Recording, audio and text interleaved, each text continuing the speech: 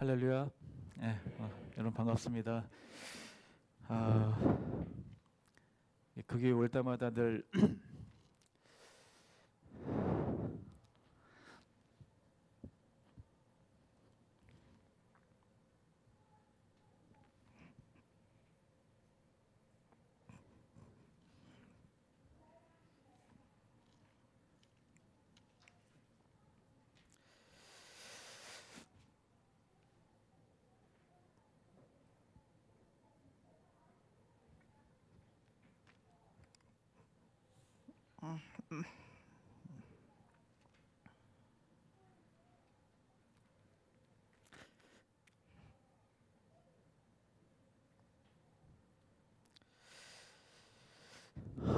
왜 그런지 모르겠네요.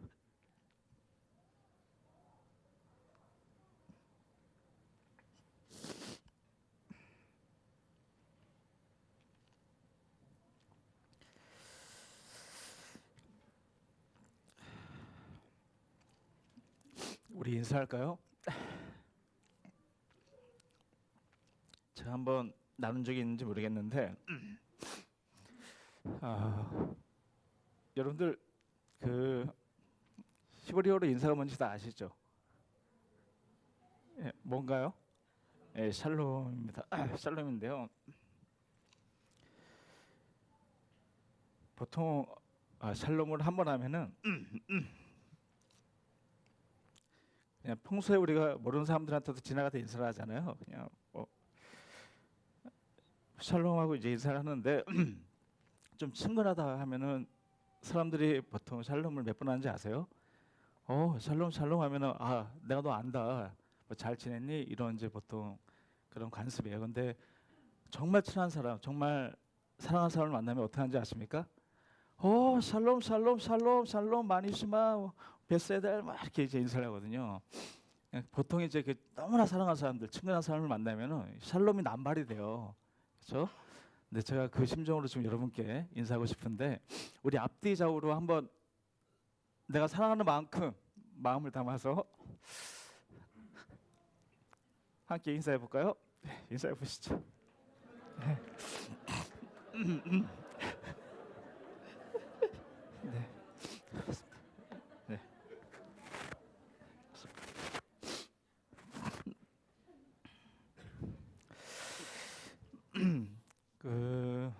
그게는 5년 전에 제가 이스라엘을 갈 수 있게끔 용기를 주시고 또 친히 이제 저를 이스라엘로 보낸 그 장본인들이십니다. 교회이시죠. 그래서 그 교회를 생각할 때마다 늘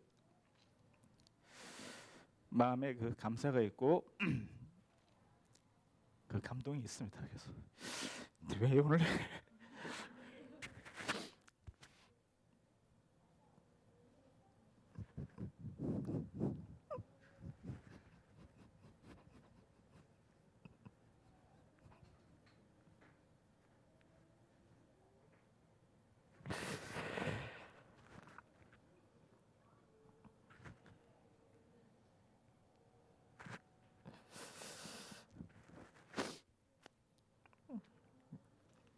그런데 왜 그런지 모르겠습니다.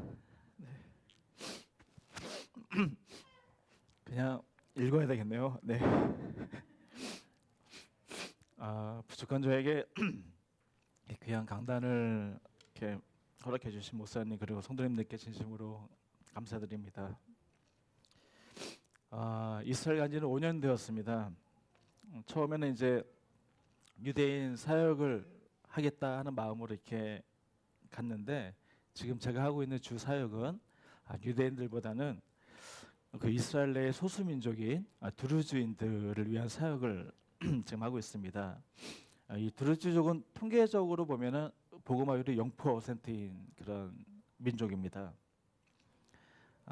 그리고 이제 이 두루즈족은 이제 이스라엘뿐만 아니라 시리아, 레바논, 요르단 이 중동 지역에 이렇게 걸쳐서 이렇게 살아가고 있는 소수 민족인데 저희들은 이들을 위한 그 문화 센터 사역을 지금 감당하고 있습니다.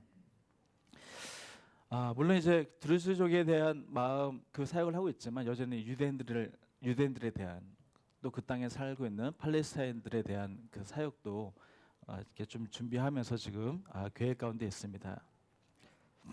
음, 근데 제가 이제 5년이 되었거든요. 5년 되었는데 이 선교사라는 신분의 정체성에 대한 고민이 계속 끊이지 않게 이제 더 이렇게 생기는 거예요. 내가 전하고자 하는 복음이라는 게 도대체 무엇인지, 어, 그리고 저들에게는 구원이라는 그 개념이 어떤 의미인지, 그러니까 뭔가 그런 정체성의 혼란들, 뭔가 신학교 가기 전에 이미 다 끝냈어야 될 것들을 제가 선교지에서 지금 하고 있다라는 것이죠. 왜 그럴까? 거기에 대한 그런 굉장히 큰 고민들도 많이 지금 하고 있는 상황입니다. 그러면서 이런 생각도 해봤어요. 어쩌면 저는 이 현지인들을 한국 교회에 내다 팔아서 생활을 연명하는 장사꾼일지도 모르겠다라는 생각도 이렇게 하게 되었습니다. 저의 욕망과 안위를 선교라는 단어로 포장해서 이스라엘에서 살고 있는 건 아닌가라는 생각도 이렇게 해보게 되더라고요. 그래서 이제 제가 이게 사역을 보고한다는 게 참 어떤 의미인가라는 생각도 이렇게 조심스럽게 해보게 되었습니다. 원래 이제 사역 보고 중심으로 이렇게 말씀을 나누려고 하다가 또 제가 이번에 계기가 되어서 선교사 대회라는 데를 이제 참석을 했는데 거기에서 정말 목숨을 걸고 선교하시는 선교사님들을 보면서 뭔가 이게 부끄러워서 이렇게 내려놓게 되더라고요. 그러면서 제가 5년 동안 느꼈던 뭔가 선교사로서라기보다는 또 한 명의 크리스찬으로서 제가 느꼈던 것들을 이 시간 잠깐 나누고자 하는 그 마음을 주셔서 이 시간 잠깐 나눌까 합니다. 제가 전하는 메시지는 도널드 크레이빌이 쓴 예수가 바라본 하나님 나라에서 많은 영감을 얻었음을 미리 말씀드리겠습니다.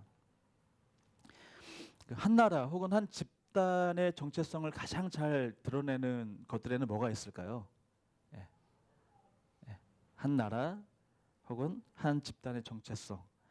무궁화처럼 그 나라를 상징하는 국화도 있겠고요.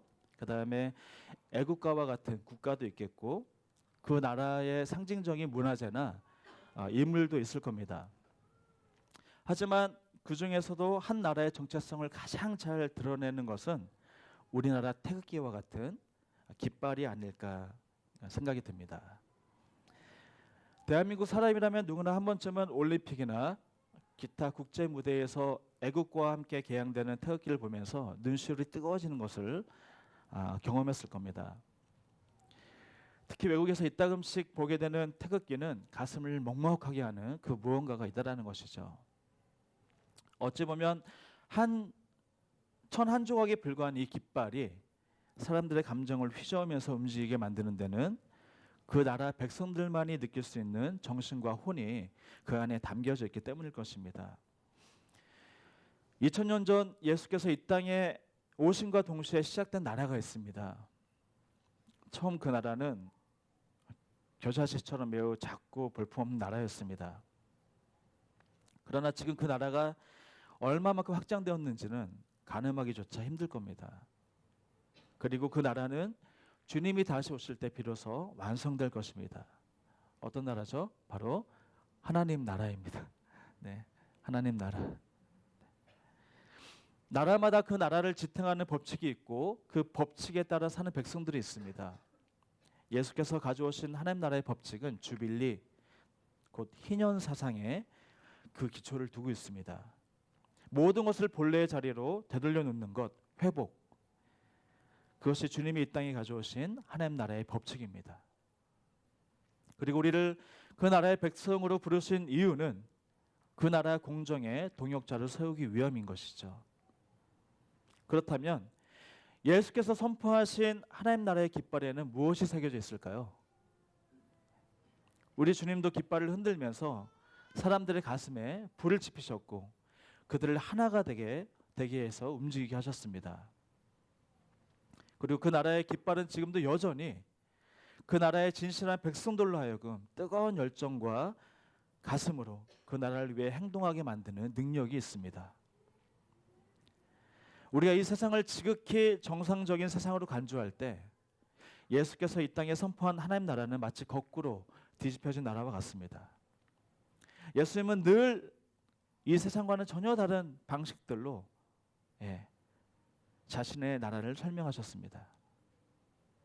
그 나라에서는 우리가 지극히 정상이라고 여겼던 것들이 와르르 무너져 내리고요. 그리고 도무지 말도 안 된다라고 여겼던 것들이 정상이 됩니다. 그분이 흔든 깃발도 이 세상의 왕들이 흔들었던 깃발과는 전혀 달랐습니다. 그 깃발에는 칼과 창과 방파와 같은 한 나라의 강력함을 상징하는 이미지는 찾아볼 수가 없었습니다. 대신 그 나라의 깃발에는 세상이 혐오하고 무시하는 볼품없는 이미지들로 가득 차 있었습니다. 한번 상상해 보시겠습니까?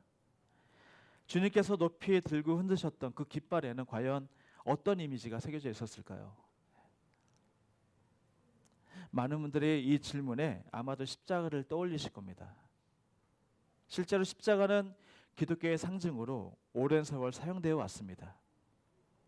하여 교부시대 때부터 중세를 거쳐 근대에 이르기까지 십자가는 그분의 나라를 대표하는 이미지를 굳게 자리매김해 왔습니다. 하지만 십자가는요, 극명한 양면성을 지니고 있습니다. 사실 십자가는 로마의 상징이었죠. 자신들에게 도전하는 자들을 참혹하게 처형하는 도구로 사용되었습니다. 다시 말해 십자가는 로마의 권력을 상징하는 가혹한 표지였고 억압과 강요의 표지이면서 예수님께서 극복하셔야만 했던 악의 도구에 불과했었습니다. 또 우리는 중세시대 이교도에게 빼앗긴 성지를 탈환하고자 일어났던 십자군의 깃발에 무엇이 새겨져 있었는지를 잘 알고 있을 겁니다. 그들은 새하얀 천에 붉은 십자가가 선명히 새겨진 깃발을 들고 무수한 생명을 학살하고 짓밟았습니다. 십자가의 참 의미를 알지 못한 데서 야기된 무지함이 인류 역사에 커다란 오점을 남겼던 것이죠. 또한 18, 19세기에 이 서양 제국주의는 십자가의 깃발 아래 많은 식민지들을 건설하고 그것을 수탈의 장으로 삼고 원주민들을 무참히 짓밟고 그들을 억압했습니다. 이처럼 소위 기독교 국가들에 의해 자행된 역사적 과오로 인해 오늘날까지 복음의 문이 굳게 닫힌 국가와 민족들이 너무나 많이 있다는 것이죠. 아랍 민족이 그 대표적인 예입니다. 유대인들 또한 그런 민족 가운데 하나입니다. 메시아를 죽인 민족이라는 미명하에 십자군에 의해서 대학살을 당했습니다. 로마에 의해서 이 팔레스타인 땅에서 쫓겨나 유럽과 지중해 전역에 흩어져 살던 그들에게 무려 2000년 동안 기독교 국가들이 자행한 추방과 학살은 유대인들에게 커다란 상처로 남아 있습니다. 특히 2차 세계대전 때 카톨릭의 나라이자 종교개혁의 나라였던 이 독일에서 자행된 600만 대학살까지 그야말로 유대 민족이라면 이 십자가에 치를 떠는 것은 어쩌면 당연한 것일지도 모릅니다. 그들에게 예수라는 이름은 이미 저주요, 욕설이 되어버린 지가 오래되었다는 것이죠. 그런데 이것은 비단 과거만의 문제는 아닙니다. 지금도 십자군적 사상과 서구 제국주의적 식민사관을 근간으로 몇몇 선교단체에서 자행하고 있는 무분별한 선교 정책은 도리어 복음을 차단하는 결과를 가져오고 있다는 것입니다. 정탐, 정복, 대적, 전쟁, 선포 어디서 많이 들어보셨죠? 모두 과거 기독교라는 이름으로 자행했던 수많은 역사적 과오들의 연장선에 서 있는 언어들이고 단어들입니다. 용어들입니다. 이 용어들이 과연 예수 그리스도와 어울리기나 하는 단어일까요? 그리스 로마 신화에 나오는 전쟁의 여신에게는 어울릴 법한 그 용어들을 예수의 이름에 접목시키고 있다는 것이죠. 자, 그 땅을 가서 정복하자, 정탐하자, 선포하자, 전쟁을 선포하자. 몇몇 사람들은 말합니다. 이건 어디까지나 악한 영들과 귀신들에 대한 영적 전쟁이야. 그런 용어다라고 하는 것이죠. 그렇다면 용어 자체를 바꾸는 건 어떨까요? 정탐, 땅밟기, 선포기도, 정복이라는 용어 대신에 선교지 돌아보기, 치유하기, 축복 기도하기, 평화 심기. 한국에 나온 세계적인 신학자인 김서영 교수는 다음과 같이 말을 합니다. 제가 잠깐 읽어보겠습니다. 한국 기독교 120년 동안 겨우 부뚜막 귀신의 공포에서 벗어나나 했더니 성령의 이름으로 귀신들을 끌어들여서 귀신 공포증으로 교인들을 못 살게 만든다.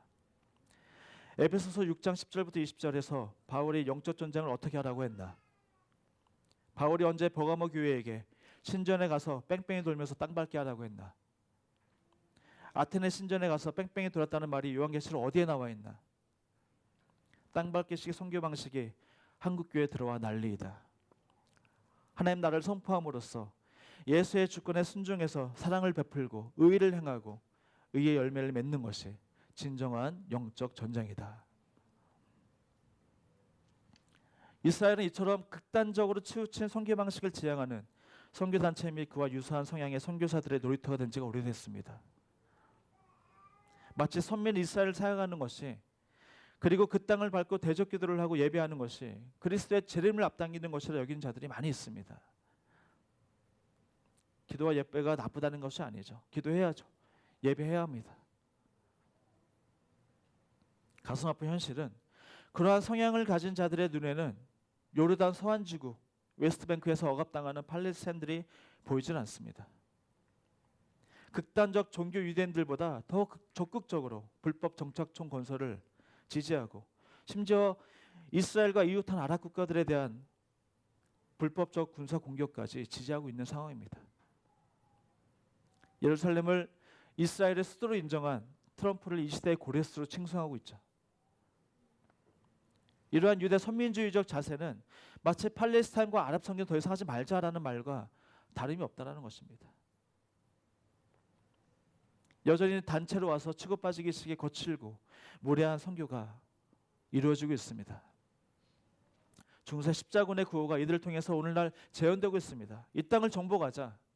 유대인들만을 위한 유대 국가를 위해서 기도하자.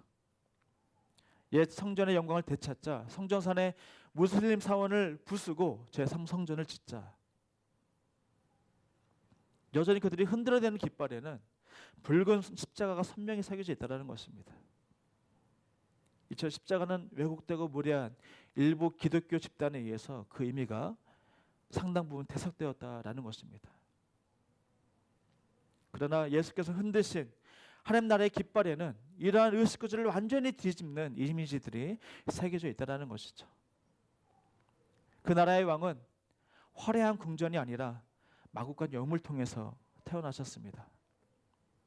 그 나라의 왕은 그분이 탄생했다는 소식을, 이 복된 소식을 처음 들었던 사람들은요, 당시 가장 소외되고 무시당했던 목동들이었습니다. 그 나라의 왕은 왕들과 귀족들이 아니라 당시 모두 혐오했던 세리와 몸 파는 여자들과 죄인들과 병자들을 친구로 두고 계셨습니다. 예수께서 높이 드셨던 하나님 나라의 깃발에는 이러한 이미지들이 선명히 새겨져 있다는 것이죠. 그리고 우리는 오늘 읽은 본문을 통해 보다 명확하게 그 깃발에 새겨진 이미지들을 발견할 수 있습니다. 요한복음 13장 4절 5절을 제가 다시 한번 읽어보겠습니다.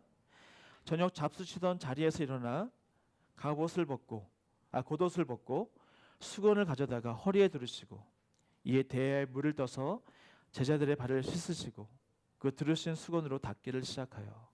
아멘. 그렇습니다. 그분의 나라를 가장 잘 표현하는 이미지는요, 물을 담는 대야와 발을 닦는 수건입니다. 대야와 수건은 그리스도의 낮아짐과 겸손을 상징합니다. 예수님 당시 이 팔레스타인에서 다른 누군가의 발을 씻길 수 있는 유일한 신분은 노예였습니다. 예수님, 우리 주님은 친히 노예의 자리로 내려오셔서 사람들의 더러운 발을 씻기셨던 것이죠. 주님은 자신이 행하는 사역의 의미를 명확히 드러내시기 위해서 자발적으로 대야와 수건을 선택하셨던 겁니다. 예수님 당시 이스라엘에는요, 사두개파, 바리새파, 에세네파, 열심당 등의 여러 종파들이 있었습니다. 그 중에서도 예수님께 가장 많은 기대를 걸었던 종파는요, 샤키리, 바로 열심당원들이었습니다. 예수님 당시 이들은 타 종교와 타 종파와 달리 백성들의 큰 지지를 받고 있었고요, 무력을 통해 로마와 헤롯을 몰아내고 하나님이 통치하시는 유대 왕국을 건설해야 함을 역설했습니다. 마치 우리 일제 시대 때 우리 백성들의 지지를 받았던 의열단과 같은 역할을 했다는 것이죠. 로마와 헤롯에 동조하거나 협력하는 자들은 그들의 테러의 대상이 됐습니다. 세금을 걷던 세리와 귀족들과 로마 병력은 그들의 타깃이 되었습니다. 예수님의 제자 가운데도 2명 이상이 열심당 출신들이었죠. 그들은 같은 지역 출신이면서 수많은 군중들을 몰고 다니던 예수에게 큰 기대를 걸었던 거죠. 하지만 예수님은 그들이 휘두르던 과격한 폭력을 단호하게 거절하셨습니다. 대신 예수님은 수건을 두르고 대야를 들고 외치셨습니다. 그 나라에 속한 백성들은 창과 검을 들고 성전으로 쳐들어가는 사람들이 아니라고 말했죠. 붉은 십자가의 깃발을 들고 무리하게 전쟁이니 정복이니 대적이니 선포하는 사람들이 아니라고 말입니다. 그분의 허리에 찬 것은 검이 아니라 수건이었습니다. 그 나라의 왕은 검과 전차와 백마와 같은 군왕을 상징하는 상징 대신에 노예의 비천한 도구를 대야를 드셨던 왕이셨던 것입니다. 생의 마지막 유월절을 앞두고 우리의 왕께서는요 예루살렘 성에 입성했습니다. 그 비슷한 시간대에 예루살렘 반대편에 들어오는 또 다른 입성이 있었습니다. 바로 주요 순례의 명절 때마다 소요 사태를 대비하여 가이사랴에서 수천 명의 로마 군대를 이끌고 왔던 빌라도의 입성이었습니다. 반짝이는 갑옷과 윤기 나는 가죽을 두른 세계 최강의 제국의 총독이었습니다. 마리에 탄 기병들과 제국의 상징인 독수리 깃발이 행진의 선두를 이끌고 있었습니다. 수천 명의 로마 병사들이 내는 행군 소리는 모든 자들로 하여금 공포심을 주기에 충분했습니다. 빌라도의 입성은 로마 황제를 대신해서 성을 차지하러 온 행진이었던 것이죠. 예루살렘 서쪽의 입성은 정복과 강요, 폭력과 억압, 공포와 죽음의 이미지가 굵게 새겨진 제국의 깃발을 앞세웠던 반면에 예루살렘 동쪽의 입성은 겸손과 사랑, 수건과 대야, 평화와 생명이 선명히 새겨진 새로운 나라의 깃발을 앞세웠던 것입니다. 예루살렘의 입정편에서는 부유함과 특권과 정복을 독점하려는 로마의 전쟁 기계가 입성하고 있었지만 그 반대편에는 초라하고 누더기 같은 평화의 왕이 입성하고 있었던 것입니다. 어쩌면 이러한 퍼포먼스는 그날 우리의 왕께서 당시 그곳에 있던 모든 자들뿐만 아니라 가고 오는 모든 세대의 사람들에게 보여주고자 했던 하나님 나라의 정신이었는지도 모릅니다. 요한복음 13장 14절 15절 제가 다시 한번 읽어보겠습니다. 내가 주와 또는 선생이 되어 너희 발을 씻었으니 너희도 서로의 발을 씻어주는 것이 옳으니라. 내가 너희에게 행한 것 같이 너희도 행하게 하려 본을 보였노라. 아멘. 사랑하는 우리 그 교회 성도 여러분, 수건과 대야는 샬롬의 도구이자 매개입니다.